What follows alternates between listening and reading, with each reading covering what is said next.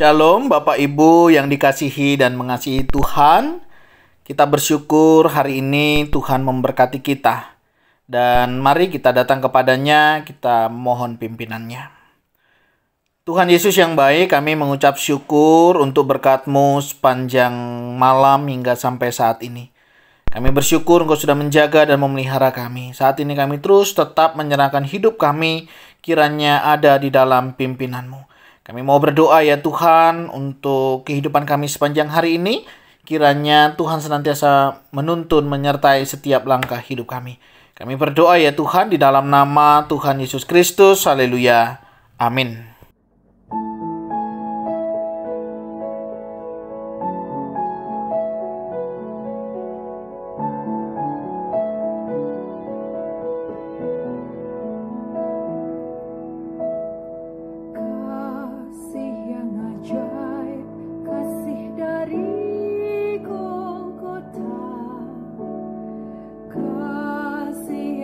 Ajaib membawa Tuhan dari sorga. Walaupun ku pernah jadi seteru, namun kau cariku kembali. Tak mungkin ku lupa kasih-Mu yang indah. Ku mau masyurkan kasih Allah.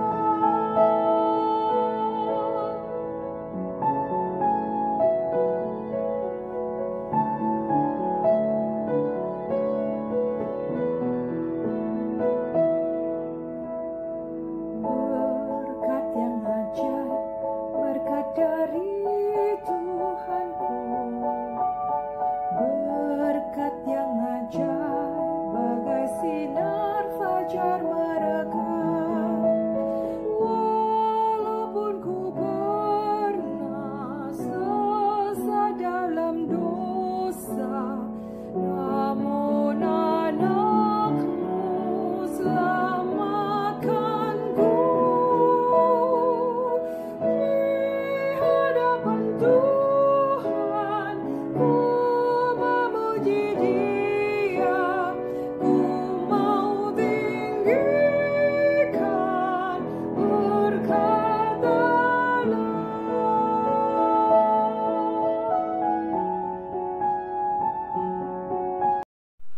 Ayat firman Tuhan terambil dari Yohanes 20 ayat yang ke-25.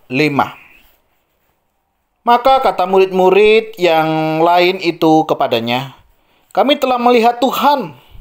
Tetapi Thomas berkata kepada mereka, "Sebelum aku melihat bekas paku pada tangannya, dan sebelum aku mencucukkan jariku ke dalam bekas paku itu, dan mencucukkan tanganku ke dalam lambungnya, sekali-kali aku tidak akan percaya." Amin. Demikianlah firman Tuhan. Mari kita merenungkannya. Bapak Ibu Saudara yang dikasihi dan mengasihi Tuhan, paku adalah salah satu dari sekian banyak bahan bangunan yang dapat digunakan untuk membuat rumah, meja, kursi, ataupun lemari. Fungsi paku adalah untuk mengkokohkan tiang-tiang atau memantapkan posisi suatu benda agar kuat sehingga akan terbentuklah suatu karya yang indah. Tanpa paku, maka sangat sulit dilakukan pembangunan sebuah rumah karena si benda mati ini adalah bahan utamanya. Bentuk paku itu lancip dan runcing di bagian ujungnya sehingga memudahkan untuk dimasukkan ke dalam sebuah kayu. Yesus sudah merasakan dipaku di atas kayu salib.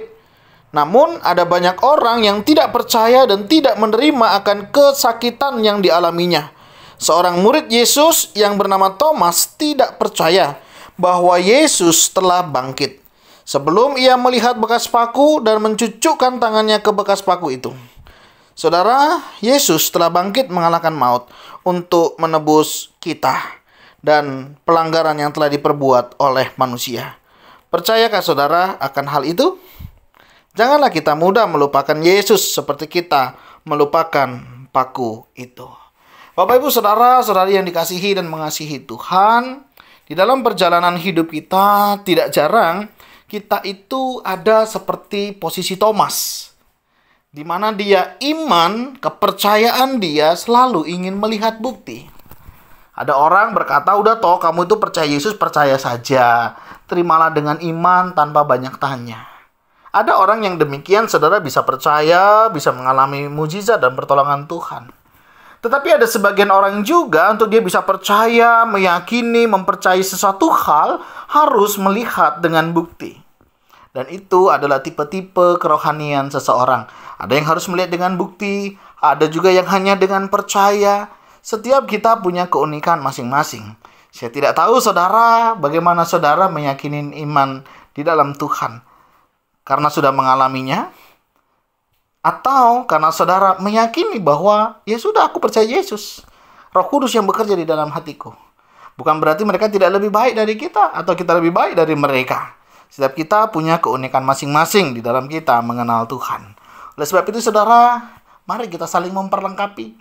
Pengalaman-pengalaman kita dengan Tuhan bukan hanya sekedar pengalaman yang begitu saja, tetapi ada satu pengalaman kehidupan yang mengubah hidup kita tentunya menjadi lebih baik.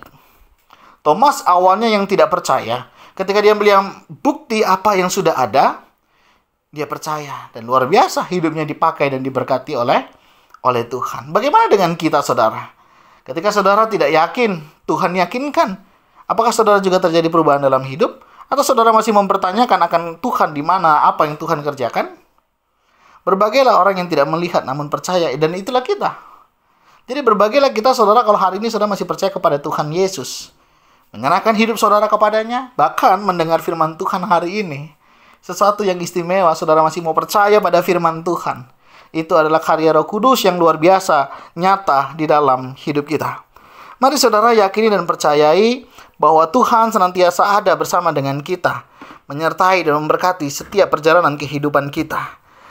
Ada kita kadang meminta bukti, tapi ada kita juga sudah percaya kepada Tuhan. Apapun yang terjadi, Tuhan bekarya di dalamnya. Setiap kita punya pengalaman masing-masing di dalam meneguhkan iman kita. Saudara nggak salah kok mempertanyakan sesuatu di dalam Alkitab. Saudara boleh tanya, apapun saudara boleh tanyakan, dan saudara akan menemukan jawabannya di sana. Kalau belum, saudara bisa tanya kepada Tuhan, minta pimpinannya. Ada banyak hal saudara untuk saudara bisa memiliki keyakinan yang sungguh-sungguh di dalam Dia. Jadi bukannya sekedar percaya, sehingga saudara memiliki pengalaman pribadi bersamanya. Karena pengalaman inilah yang terus akan saudara ingat, yang akan terus kita imani di dalamnya. Ketika saudara mulai lemah, ketika saudara mulai tidak berdaya, saudara ingat pengalaman bersama dengan Tuhan. Oh, Tuhan yang dulu menyertaiku, Dia juga yang akan menyertaiku ke depan. Kalau dulu aku ditolong, sekarang pasti juga ditolong. Mari saudara, nikmati pengalaman bersama dengan Tuhan. Suka, duka, senang, ya, sedih, gembira, duka cita. Percayalah, selama Tuhan beserta, kita akan bisa menikmati dan mensyukuri apa yang terjadi. Tetap ingat karya Tuhan dan jangan pernah melupakannya. Kiranya Tuhan Yesus menolong kita. Tuhan, terima kasih. Kami bersyukur untuk firman-Mu. Ajar kami meneguhkan iman percaya kami. Kami sadar ada banyak hal yang seringkali menjadi pertanyaan kami. Kami sadar tidak semua kami menemukan jawabannya. Tapi kami yakin dan percaya apa yang Tuhan izinkan terjadi dalam hidup kami. Tidak ada yang satu yang terjadi kebetulan. Pasti ada maksud dan rencana yang dari Tuhan. Begitu juga dengan apa yang sedang kami alami hari ini. Kami percaya ada rencana Tuhan yang terbaik. Ajar kami terus tetap berharap, berserah hanya kepada Tuhan saja. Ini doa seru kami mohonkan berkat-Mu atas kami. Di dalam nama Tuhan Yesus Kristus. Haleluya. Amin. Bapak Ibu Saudara yang dikasihi dan mengasihi Tuhan, demikianlah renungan kita hari ini. Kiranya boleh menolong kita di dalam kita memiliki keyakinan akan Tuhan. Tuhan Yesus memberkati kita semuanya. Shalom.